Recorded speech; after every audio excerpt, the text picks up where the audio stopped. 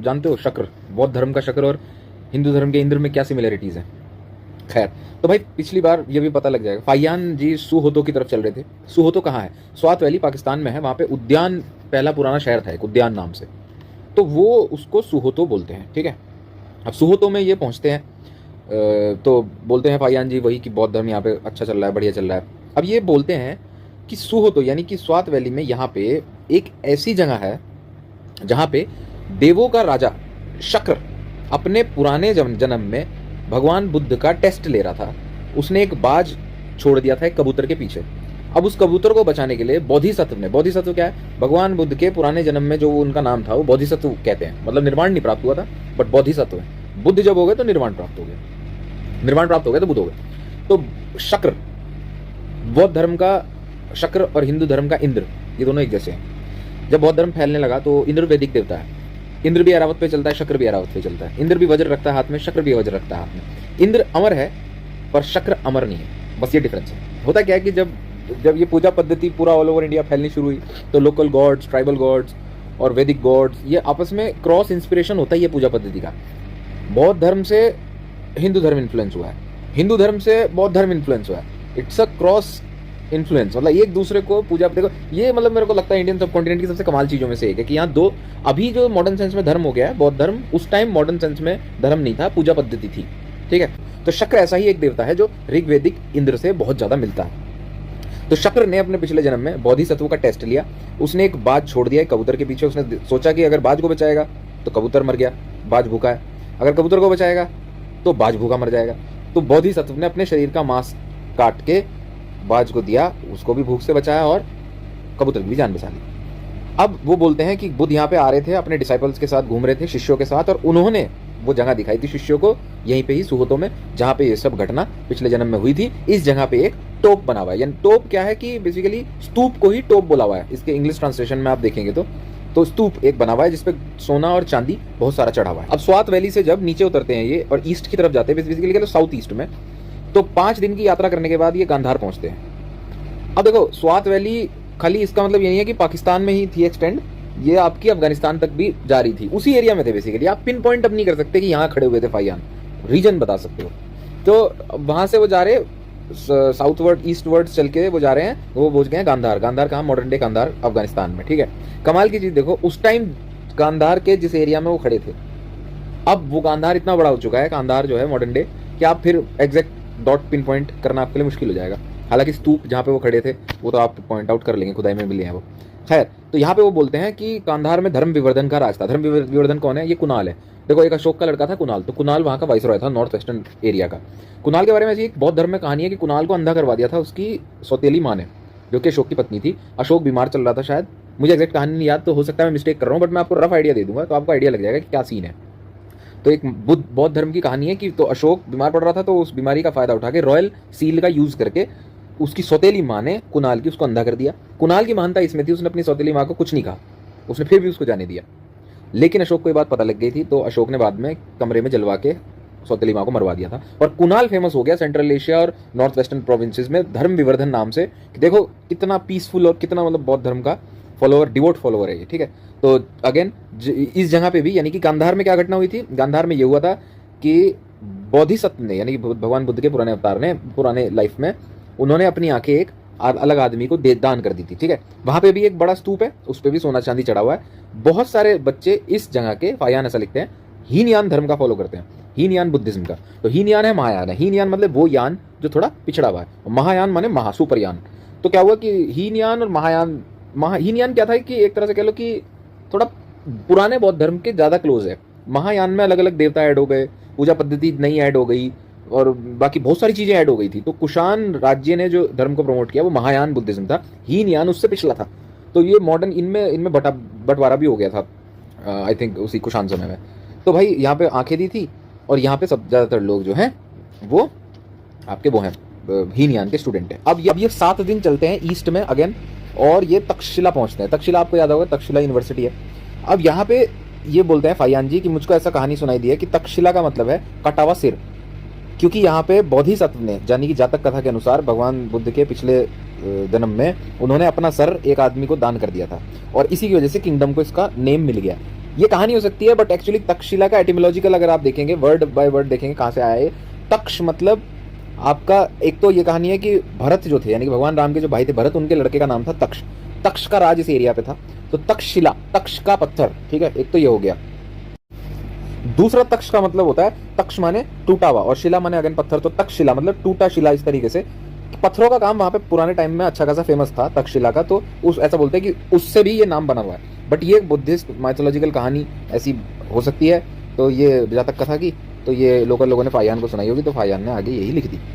अब इससे 2 दिन और चलते हैं, तो इनको वो जगह मिलती है जहाँ पे बोधिसत्व ने, यानी कि अगेन बोधिसत्व पिछला जन्म, अपना शरीर फेंक दिया था एक भूखी टाइग्रेस के सामने। यार उस एरिया में बाघ मिलते थे क्या? चलो ये मैं सर्च करके देखता हूँ, आप भी देखिएगा, कुछ तो होमवर्क करिए।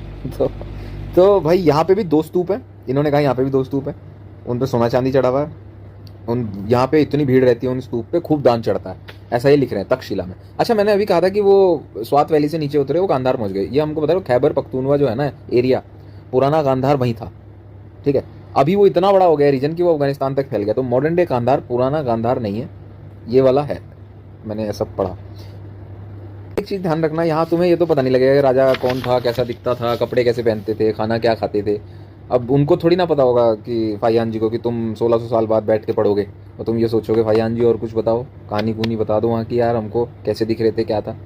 उन्होंने वही रिलीजियस के उसमें लिखा है पूरा, तो वही आपको बस ये कहानियाँ पता लग जाएंगी और थोड़ा आइडिया हो जाएगा बौद्ध धर्म का एंड ज्योग्राफी का, एंड आपको एटलीस्ट ये हो जाएगा भाई मैंने फाहियान को पढ़ा है तो मुझे पता है क्या है, थोड़ा मटीरियल इंटरेस्टिंग हो जाएगा। ये अब गांधार से नीचे जाते हैं, 4 दिन ट्रैवल करते हैं। अब ये एक जगह पहुंचते हैं पुरुषपुर में, ठीक है। पुरुषपुर मॉडर्न डे पेशावर जो पाकिस्तान में है, उसका नाम पुराना पुरुषपुर था। यहाँ पे एक और जातक कथा सुनाते हैं जो इनको किसी ने सुनाई होगी, कि यहाँ पे बौद्ध भगवान बुद्ध आए थे और उन्होंने अपने शिष्य आनंद, आनंद उपाली, मैंने पहले आपको 2 बताए थे। आनंद काफ़ी स्मार्ट माना जाता है यार, आनंद का बोलते हैं फर्स्ट बुद्धिस्ट काउंसिल में जो कंपाइलेशन हुई थी ना तीनों पिटक की, तो उसमें आनंद का बड़ा रोल था। आनंद की मेमोरी बहुत शार्प थी, तो उसे सब याद रहता था।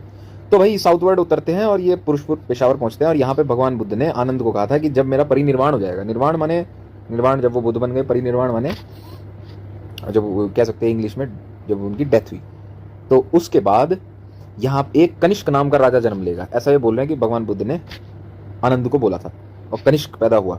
तो ये इस तरीके की कहानी बताते हैं, जो कि इस जगह पे एक स्तूप बनाएगा, ऐसा भगवान बुद्ध कह के चले गए थे। फाहियान को ये पता लगा यहाँ पे, और फाहियान बोलता है कि जब कनिष्क आया, राजा बना, कुषाण डायनेस्टी का राजा था कनिष्क, यूची ट्राइब थी ये, वहाँ चाइना में ट्राइबल मूवमेंट हुए थे, चाइना और उधर वही एरिया में, वहाँ से यूची ट्राइब नीचे उतरी, कुछ टाइम आई थिंक ईरान में रही, then Afghanistan, then Pakistan, and फिर हिंदुस्तान, एंड काफ़ी स्ट्रॉन्ग एम्पायर था इनका। अच्छा, इनकी खासियत ये थी कि इंडियन होके इन्होंने इंडियन कल्चर पूरा कब्जा लिया था, जबकि इंडिया में भी रूल करते थे, चाइना तक भी बॉर्डर शेयर था इनका, उधर आपका सिल्क रूट पे बहुत कब्जा था इनका, बहुत ब्रिलियंट किंग्स थे, और इंडियन कल्चर बहुत था। तो खाली ऐसा नहीं था, और उसमें भी कि बौद्ध धर्म ही था, सर्वधर्म वाला हिसाब था इनका। कनिष्क बौद्ध धर्म को ज़्यादा प्रेफर करता था, बट सबको अलाउड था, सबको दान मिलता था। एक बोलते हैं भगवान शिव का सबसे पुराना फ्रेस्को है, शायद पेंटिंग है, वो अफगानिस्तान में मिली थी किसी मंदिर में, वो शायद कुषाणों ने ही बनवाया था, मुझे एग्जैक्ट नहीं याद रहता यार, वो मेरे को दोबारा सर्च करना पड़ेगा, खैर, बट आप गूगल कर लेना, आपको मिल जाएगा। अब मैं आपको बताता हूँ, अब ये पुरुषपुर पहुंचे, भगवान बुद्ध ने वो भविष्यवाणी कर दी थी, कनिष्क पैदा हुआ। कनिष्क जब यहाँ पे आया, फाहियान को ये कथा पता लगी यहाँ पे, तो शक्र, अगेन शक्र बौद्ध धर्म का देवता, वो काम करता है बौद्ध धर्म फैलाने के लिए, तो शक्र ने बच्चे का रूप लिया और वो बच्चा एक स्तूप बनाने की कोशिश करने लगा। तो कनिष्क को दिखा, तो कनिष्क के दिमाग में आया यार मैं एक बड़ा स्तूप बनाता हूँ, तो कनिष्क ने बहुत बड़ा स्तूप बनाया। ये इतना खूबसूरत है, इतना सोना चांदी है इस पर, कि ऐसा स्तूप मैंने आज तक नहीं देखा, और किसी ट्रैवलर ने नहीं देखा, मेरे साथ के हैं जो, उन्होंने भी। यहाँ पे 700 मॉन्क रहते हैं। सबसे इंपॉर्टेंट चीज़, यहाँ पे बुद्ध का आर्म्स बाउल है, बुद्ध का जो दान पात्र है वो इस शहर में है, पुरुषपुर में, और एक मोनेस्ट्री में रखा हुआ है, और एक स्तूप भी है यहाँ पे। अब बुद्ध का दान पात्र का देखो, ये लिखते हैं कि बुद्ध का दान पात्र है वहाँ, अब हम श्योर नहीं हो सकते कि वही दान पात्र था कि नहीं, और अब कहाँ गया वी डो नॉट नो। तो यार देखो कितनी कमाल की चीज़ है, तुम्हें पता है कि ना 400 किलो का पत्थर का बुद्ध का दान पात्र है, ऐसा बोला जाता है कि वो भगवान बुद्ध का है। अभी तो शायद अफगानिस्तान में है वो, वहाँ के म्यूजियम में, काबुल म्यूजियम में है शायद। तो 400 किलो का है वो, और बीच में शायद हमारे एमपी ने किसी ने कह दिया था, पुरानी बात है, कि वो वहाँ से लेके आओ। तो आर्कियोलॉजिकल सर्वे ऑफ इंडिया की टीम गई थी शायद, आई थिंक, हाँ गई थी, और उसने वो चेक किया कि वाकई वो बुद्ध का है क्या, तो उन्होंने डिनाई कर दिया था यहाँ की टीम ने, वो बुद्ध का नहीं है। 400 किलो का है भाई, बहुत बड़ा है। उस पर पॉलिशिंग जो है ना वो पुराने टाइम की है, और उस पर कुरान की आयतें लिखी हुई है। ऐसी एक कहानी है कि जब गजनवी, वो जब तुर्कों ने आक्रमण किया 1000 साल पहले, तो वो आर्म्स बॉयल था, उसमें बड़ा बड़ा दान होते थे, बहुत बड़ा था वो, बेसिकली रिप्रेजेंटेशन था भगवान बुद्ध के दान पात्र का। तो उस पर कुरान की आयतें लिखवा दी कि इसको ना तोड़ दे कोई, क्योंकि तुर्क तोड़ते थे, वो थे तुर्क तोड़ते थे भाई, इसमें कोई नो डाउट नहीं है ये कि आप इसको कहना चाहो पॉलिटिकल है, पर वो तोड़ते थे। बुद्ध परस्ती वाला तो अगेंस्ट में वो बहुत मतलब स्टॉन्च था उनका मामला। तो खैर कुरान की आयतों की वजह से वो नहीं टूटा। बाद में तालिबान ने भी उसे इसीलिए नहीं तोड़ा कि आई थिंक अफगानिस्तान में तालिबान था उस टाइम में क्या था, बट अफगानों ने इसलिए नहीं तोड़ा उसको कि उस पर कुरान की आयतें थी, वो बच गया। अब वो एक्चुअली भगवान बुद्ध का है क्या है किनका है हम नहीं जानते। भगवान बुद्ध से रिलेटेड चीज़ें अब मिलना बड़ा मुश्किल है यार, बहुत 2500 साल बहुत मैटर करते हैं भाई। हाँ पिप्रभा जो रेलिक्स हैं उनके वो है भाई, वो है 2500 साल पुराने, उसमें उनकी आई थिंक चार्ड जली हुई हड्डियाँ हैं, बहुत सारे नग हैं, और वो है असली मटेरियल। बाकी में थोड़ा डाउट हो जाता है, बहुत सारे इशूज आ जाते हैं, बट क्योंकि वो रेलिक्स है धार्मिक मामला तो सेंसिटिविटी जाग जाती है एकदम। बट पिप्रभा का तो मैं श्योर हूँ, वो तो भाई इस पर तो रिसर्च हो रखी है, वो भगवान बुद्ध के हैं वाकई। अब फाहियान एक कहानी और सुनाते हैं कि यहाँ पे एक कुषाण राजा ने आक्रमण किया। कई लोग बोलते हैं कुषाण राजा कनिष्क था, बट फाहियान ने मिक्सचर कर दिया सब कुछ, तो वो कोई और राजा था, कनिष्क नहीं था फाहियान का हिसाब से, और उसने हमला किया। और उसने हमला इसलिए किया था कि वो बुद्ध का दान पात्र ले जाए। पर जब वो जीत गया तो उसने एक हाथी के ऊपर दान पात्र रखवाया, हाथी आगे नहीं बढ़ पाया। फिर उसने 4 पहियों की बग्गी बनवाई, उस पर कई सारे हाथी जोड़े, बाउल रखा, फिर भी हाथी आगे नहीं बढ़ पाया। तो उस राजा को समझ आ गया कि भाई मेरे कर्म ऐसे नहीं है कि मैं डिजर्व करूँ ये बाउल की प्रेजेंस। तो उसने एक बड़ा स्तूप बनवाया वहाँ पे और चला गया। वो बाउल इन्होंने देखा है, ये बोलते हैं 1/5 ऑफ एन इंच जितना मोटा है वो, मतलब ये हो गया भाई 1 इंच, इसका 1/5 मतलब इतना मोटा है बस, वो इतना ही होगा। और उसमें ऐसा है कि गरीब अगर फ्लावर फेंकते हैं, फूल डालते हैं तो भरा भरा लगता है, और अमीर उसमें चाहे कुछ डाल दे वो भरा हुआ नहीं लगता। ऐसा मतलब इन्होंने एक चमत्कार बताया। और वो 2 टाइम निकलता है, एक बार दोपहर को एक बार शाम को, लोगों को दिखाने के लिए मठ से निकालते हैं उसको बहुत भिक्षु, और लोग उसमें जो है दान वगैरह डालते हैं। अनफॉर्चुनेटली हमारी कहानी में अब फाहियान का एक साथी मर जाता है यहाँ पे, उसकी तबीयत खराब हो जाती है। टाइम नहीं लगता था भाई तबीयत खराब होने में, उस टाइम बहुत बुरा था यार। क्या हाथ टूट गया तो टूट गया बस, वो पैर टूट गया तो टूट गया, जैसा जुड़ गया वो टेढ़ा ही रहेगा फिर हमेशा। आज की तरह नहीं है हॉस्पिटल जाओ सब ठीक हो जाएगा, टाइम बहुत डेंजर थे भाई तभी। तो अब ये उस जगह जा रहे हैं जहाँ पे एक फ्लैट बोन है भगवान बुद्ध के स्कल की, यानी कि भगवान बुद्ध के सर की। अभी आगे बढ़ेंगे, वो हम अगली वीडियो में चेक करेंगे। आपके 12 चैप्टर्स पूरे हो चुके हैं, 40 चैप्टर टोटल है, आपकी बुक पूरी करवा देंगे भाई। ठीक है दोस्तों, सब्सक्राइब कर लो भाई।